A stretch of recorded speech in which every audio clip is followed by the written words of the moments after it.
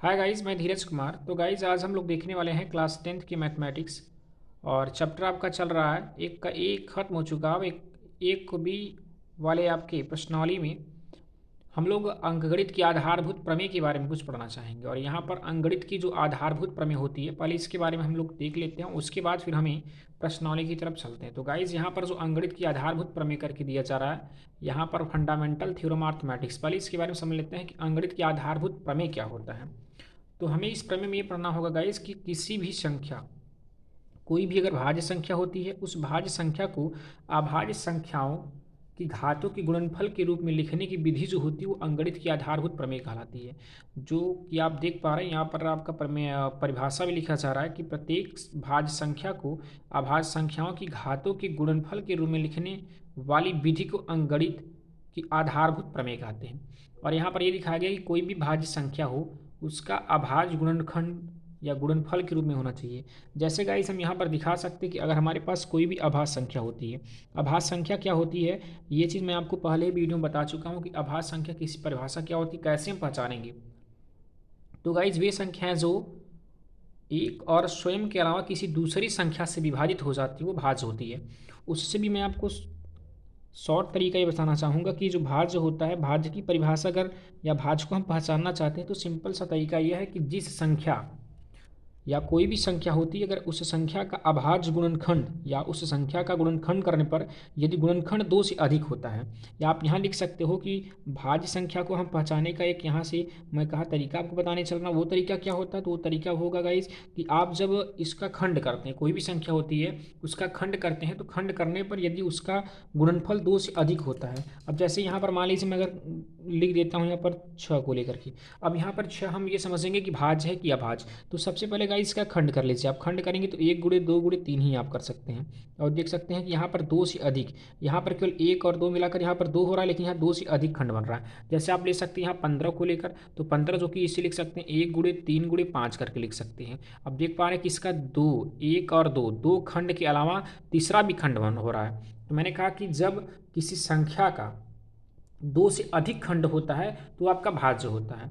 और इसके बाद अभाज्य को समझना चाहते हैं, तो अभाज्य वे संख्याएं होती हैं गाइस जो कि आप बता सकते हो कि जिनका केवल गुणनखंड 2 होता है। जैसे अगर हम 5 की बात करेंगे तो 5 का गुणनखंड केवल 1 गुणे 5 होगा, या 7 की बात करेंगे तो 1 गुणे आपका केवल 7 होगा, या 11 की बात करेंगे तो इसका गुणनखंड जो होगा 1 गुणे 11। और यहाँ पर समझ पा रहे हैं कि ये आपके क्या है, सब अभाज्य हैं, क्योंकि इनका केवल गुणनखंड कितना है, केवल 2 है।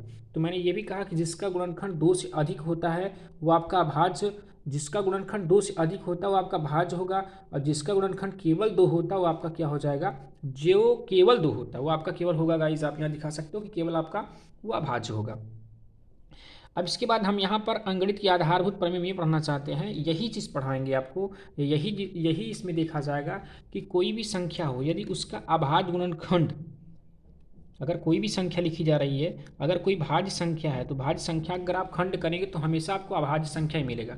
जैसे हम समझ सकते हैं कि जो सबसे पहले, या हम बात करेंगे सबसे छोटी जो भाज्य संख्या होती है, तो सबसे छोटी भाज्य संख्या 4 होती है। और 4 का अगर हम खंड करेंगे तो 4 का खंड हो जाएगा 1 गुणे 2 गुणे 2। और यहाँ पर देख पा रहे हैं कि आपका 2 गुणे 2 करके, जो कि यहाँ पर 2 जो है वो एक अभाज्य संख्या है, ये भी आपका अभाज्य होता है, बट ये गाइज आपका सहभाज्य होता है। और इसके बारे में बता भी चुका हूँ कि सहभाज्य संख्याएं क्या होती हैं।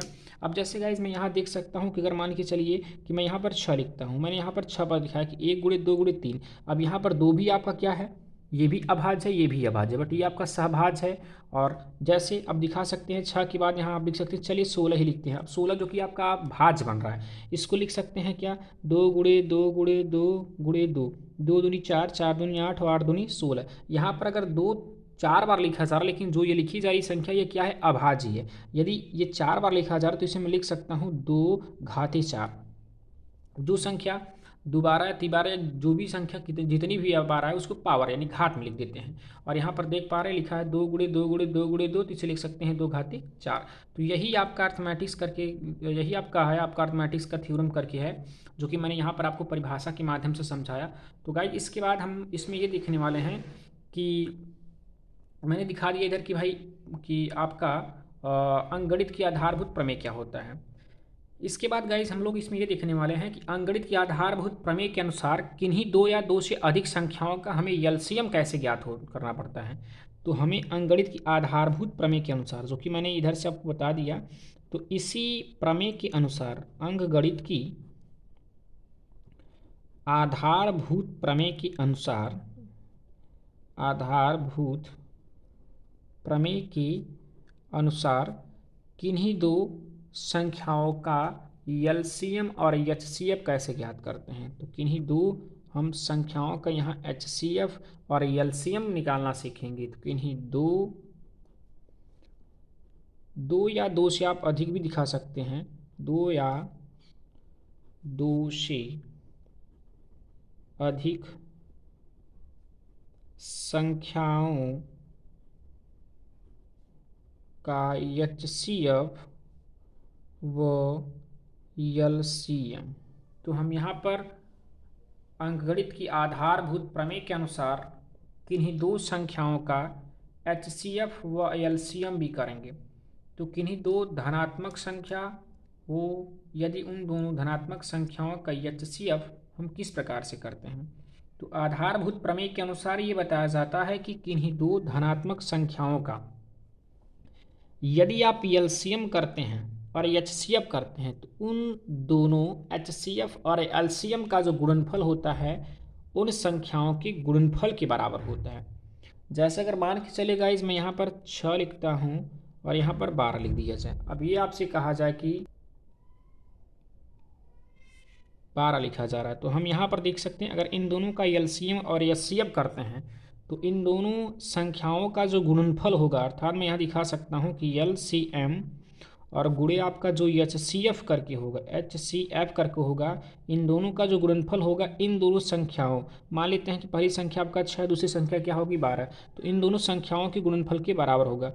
चलिए अगर मान लीजिए यहाँ पर पहली संख्या 6 है, अगर हमें संख्या नहीं पता है या संख्या को अगर पी एक्स से मानते हैं, दूसरी संख्या आपका क्यू एक्स हो जा रहा है, तो दिखा सकते हो कि पहली संख्या गुणे दूसरी संख्या बराबर होता है एलसीएम गुणे एचसीएफ से। तो हम यहाँ पर इन दो 6 और 12 संख्याओं को लेकर दिखा रहे हैं। तो 6 का यदि आप खंड करेंगे तो 1 गुणे 2 गुणे आप 3 कर सकते हैं, और 12 को दिखा सकते हैं 1 गुणे 2 गुणे 2 करने 2 दूनी 4 और 4 3 12।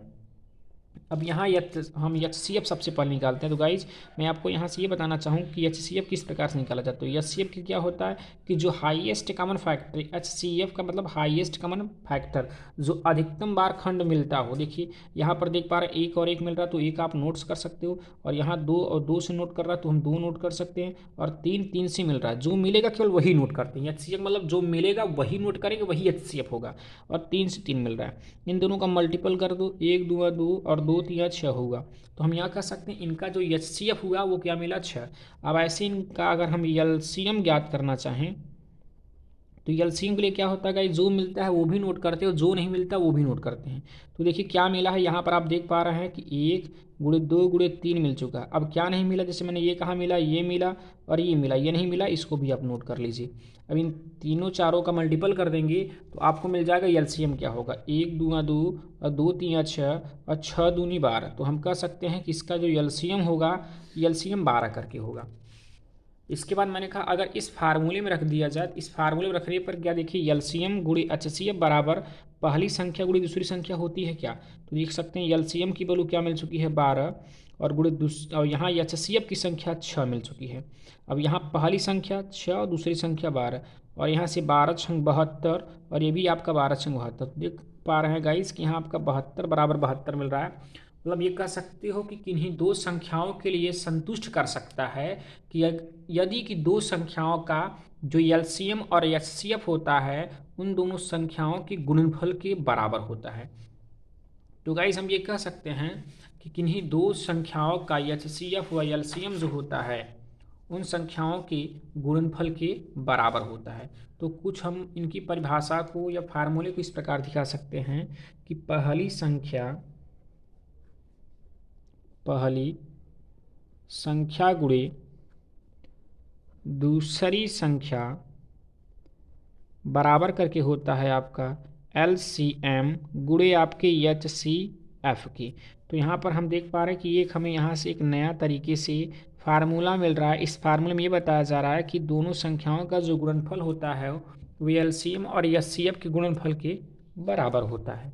तो हम चीज़ यहाँ देख, यदि ये भी हो सकता है प्रश्न में कि अगर मान लीजिए कि कभी कभी ये भी पूछा जा सकता है कि अगर एलसीएम और एचसीएफ दिया जाए और पहली संख्या दी जा रही है या दूसरी संख्या आपसे पूछी जाए, या मान लीजिए दूसरी संख्या दी जा रही है, पहली संख्या पूछी जा रही है, तो पहली संख्या बराबर यहाँ से आप फार्मूला खुद निकाल सकते हैं गाइस, जो कि अगर हमें पहली संख्या पूछी जा रही और आपकी दूसरी संख्या और एलसीएम एचसीएफ सब दिया जा रहा है, तो हम करेंगे क्या, पहली संख्या निकालने के लिए इससे दूसरी संख्या जो कि गुणा में है उस तरफ जाकर पक्षांतर करने पर बटे में हो जाएगा। तो लिख सकते हैं एलसीएम गुणे आपका एचसीएफ हो जाएगा और बटे करके आप दिखा सकते हैं दूसरी संख्या, यहाँ हम दूसरी संख्या दिखा सकते हैं। और भी फार्मूला यहाँ से बन जाएगा कि अगर पहली संख्या दी जा रही है, दूसरी संख्या पूछी जा रही है, तो दूसरी संख्या निकालना चाहते हैं तो पहली संख्या को आप पक्षांतर कर दीजिए, तो यहाँ हो जाएगा दूसरी संख्या बराबर सूत्र, दूसरी संख्या बराबर होगा एलसीएम और गुणे आपका एचसीएफ और बटे करके यहाँ पहली संख्या हो जाएगा। क्या हो जाएगा गाइस, पहली संख्या। और ये भी आपका हो सकता है, अगर हो सकता है ये भी पहली संख्या और दूसरी संख्या दोनों दी जा रही हो और आपसे एलसीएम भी दिया जा रहा है आपको और एचसीएफ पूछा जा रहा है, तो एचसीएफ बराबर क्या होगा, इस एलसीएम को इस तरह पक्षांतर कर देंगे तो हो जाएगा पहली संख्या गुणे दूसरी संख्या, और यहाँ से मैंने कहा कि इसको हम पक्षांतर कर देंगे तो बटे हो जाएगा एलसीएम, तो एलसीएम को हम बटे में दिखा सकते हैं, तो ये ऐसे इस प्रकार से आप दिखा सकते हैं। आपको एलसीएम भी पूछा जा सकता है, तो एलसीएम बराबर सूत्र हो जाएगा पहली संख्या गुणे आपका दूसरी संख्या और बटे आपका हो जाएगा एचसीएफ करके। तो गाइज हम यहाँ से देख पा रहे हैं कि हमको यहाँ से लगभग 3-4 फार्मूले मिल रहे हैं, और ये जो फार्मूला मैं गाइज आपको बता रहा हूँ ये आपके एक्सरसाइज मिलेगा या प्रश्नौली आपका 1B में सभी लगभग फार्मूले यूज़ होने वाले हैं। इसके बाद गाइज हम इसमें ये पढ़ने वाले हैं गुणनखंड वृक्ष के बारे में। गुणनखंड वृक्ष जो कि बहुत ही आसान होता है, और हम इन फार्मूले को या गुणनखंड वृक्ष कुछ आपके इस प्रकार से होते हैं, मैं आपको बता देता हूँ कि इस प्रकार से आपका बनाया जाता है। गुणनखंड वृक्ष क्या होता है, गुणनखंड वृक्ष एक वृक्ष होता है गुणन की तरह एक वृक्ष होता है, जो कि हम आपको इस प्रकार से समझाएंगे गाइस, जो कि देख सकते हैं। जैसे मान लीजिए हमारे पास कोई यहाँ पर एक नंबर लिखा जाए, अब यहाँ पर जो नंबर लिखा जाएगा, अब यहाँ पर जितनी भी शाखाएं यहाँ से फोड़ी जाए, मान लीजिए यहाँ से 1 फोड़ी जा रही, 2 फोड़ी हो सकता है, आपका 3 भी संख्या हो सकता है, तो इस प्रकार से अगर बनाया जा रहा है तो यहाँ पर देख सकते हो कि इन दोनों डिब्बों का जो गुणनफल होगा इस संख्या के बराबर होगा। जैसे यहाँ x लिखा जा रहा है, यहाँ पर 2 और 3 लिखा जा रहा है, तो हम ये कह सकते हैं इन संख्या ये संख्या और इस संख्या का जो गुणनफल होगा इसके बराबर होगा, अर्थात 2 गुणे 3 बराबर क्या लिख सकते हो, x, और x का मान क्या मिल जाएगा, 6। और ऐसे ही आप हो सकता है और भी यहाँ पर फोड़ दिया जाए इस प्रकार से, और यहाँ पर इस प्रकार से डिब्बा बना दिया जाए और इस प्रकार से बना दिया जाए, तो हम ये कह सकते हैं इस वाला संख्या यहाँ पर 1 है, मान लीजिए यहाँ पर 1 आ रहा है, तो इन दोनों का जो गुणनफल होगा इसके बराबर। लेकिन यहाँ पर हम नहीं देख, यहाँ पर इस प्रकार से क्वेश्चन आ सकता है, मान लीजिए मैं यहाँ क्वेश्चन बना रहा हूँ 1 दूनी 2 मिल जा रहा है, ऐसे भी हो सकता है गाइज। और यहाँ पर जो भी संख्या 2 भागों में या 3 भागों में जैसे भी यहाँ पर मान लीजिए बंटवारा की जा रही है, आप दिखा सकते हो इस प्रकार से, आप दिखा सकते हैं। तो यहाँ पर दिखा सकते हो ये संख्या और ये संख्या जो बीच में यहाँ डिब्बा लिखा जा रहा है, इन डिब्बों में अगर बीच में कोई संख्या है तो इन दोनों संख्याओं का जो गुणनफल होगा इस संख्या के बराबर।